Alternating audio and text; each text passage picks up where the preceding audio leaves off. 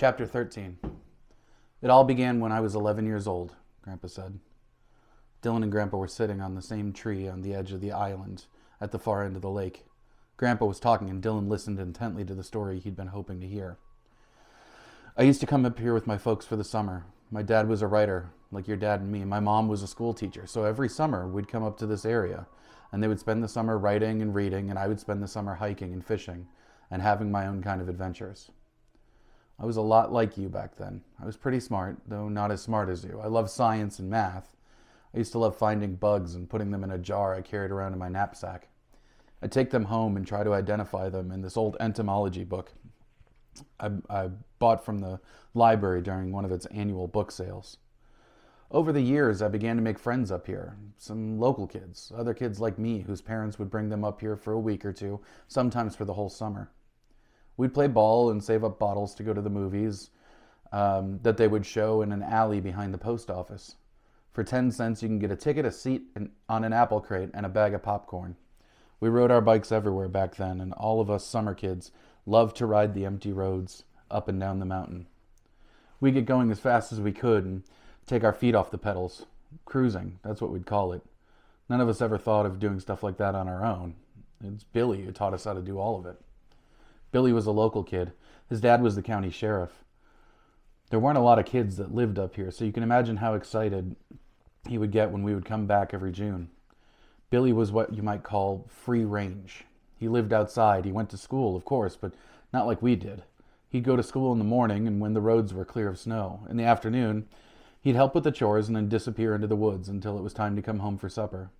He knew every inch of these woods, every inch of every lake up here. He was the one who showed me the old trapper village, the cliff down to the river where, if it rained enough, you could jump in without breaking your legs. I suppose if Billy and I had lived closer to one another, he would have been my best friend.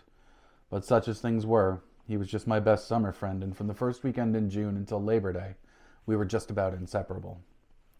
It was Billy that first told me about the monster bass. We were out camping one night, right over there. Grandpa pointed across the lake to a big, newish-looking cabin on the other side, near the ramp where they'd launched their canoe.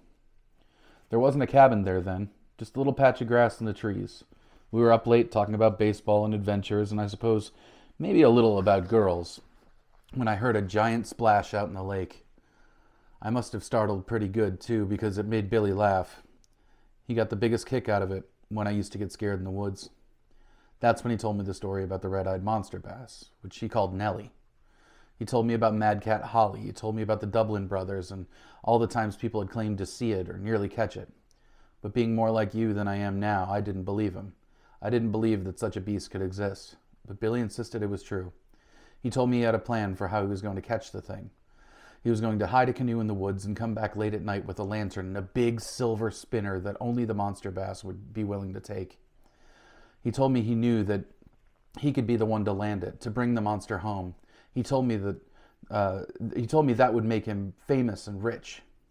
There was a $2,000 bounty on the fish at the time, and that was a lot of money back then. I played along, but I never believed him. In fact, I tried to find anything I could that summer to prove that the monster bass couldn't exist. The next summer, too, and the one after that. Billy had his plan. He knew he would be the one to bring the monster in. It was his destiny, he would say. He just needed to get big enough and strong enough. Then he'd do it. There was no danger to it. It wasn't like anyone else was going to beat him to the punch. Billy knew everything about this lake and had caught just about every fish in it, except for one. But he didn't catch it, did he? Dylan had sat patiently, quietly up to that point. Obviously, Billy hadn't caught the fish. It wouldn't be sitting there on the log if he had. No, his grandfather said, his unbroken gaze fixed on the spot across the lake he had pointed to earlier. He never got the chance. Dylan swallowed hard and took a deep breath before asking, "What do you mean he never got the chance?" "Billy died in the winter I turned 16, he said. "He was out in the woods and must have gone to step on a rock, but he slipped and fell and cracked his head." Oh gosh, Dylan thought. How incredibly sad. It took people more than a month to find him, and when they did, he was frozen and under a foot of snow, Grandpa said. His voice was shaking.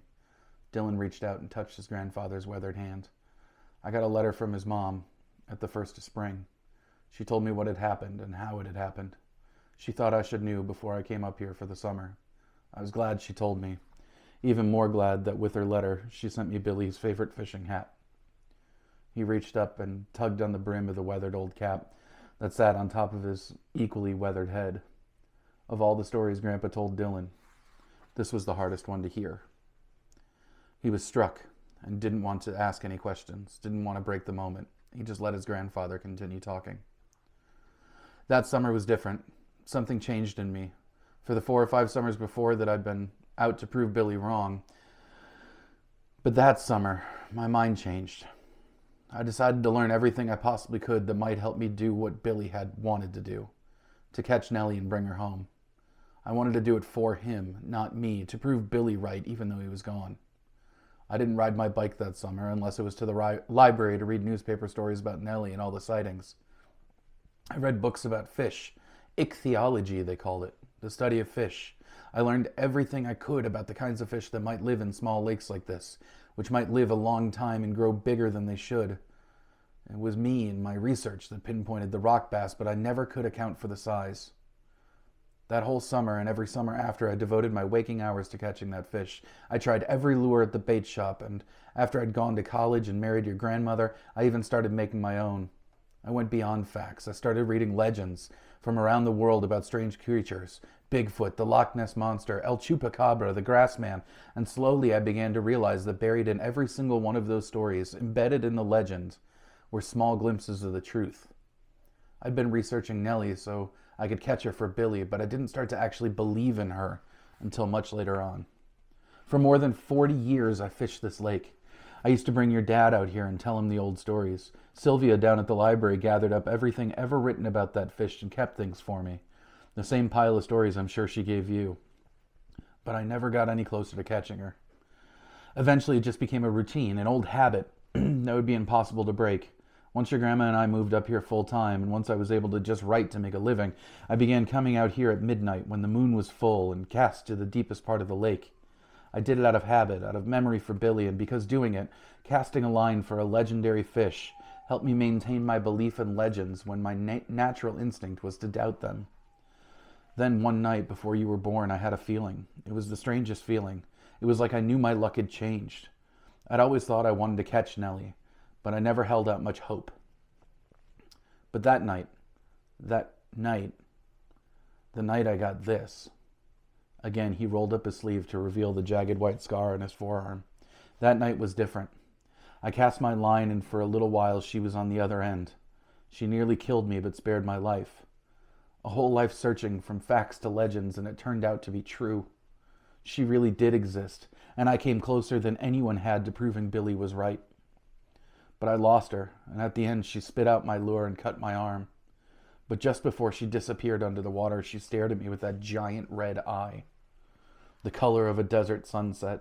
It was almost like she wanted me to know that Billy was right. Like she wanted me to know that everything had been true.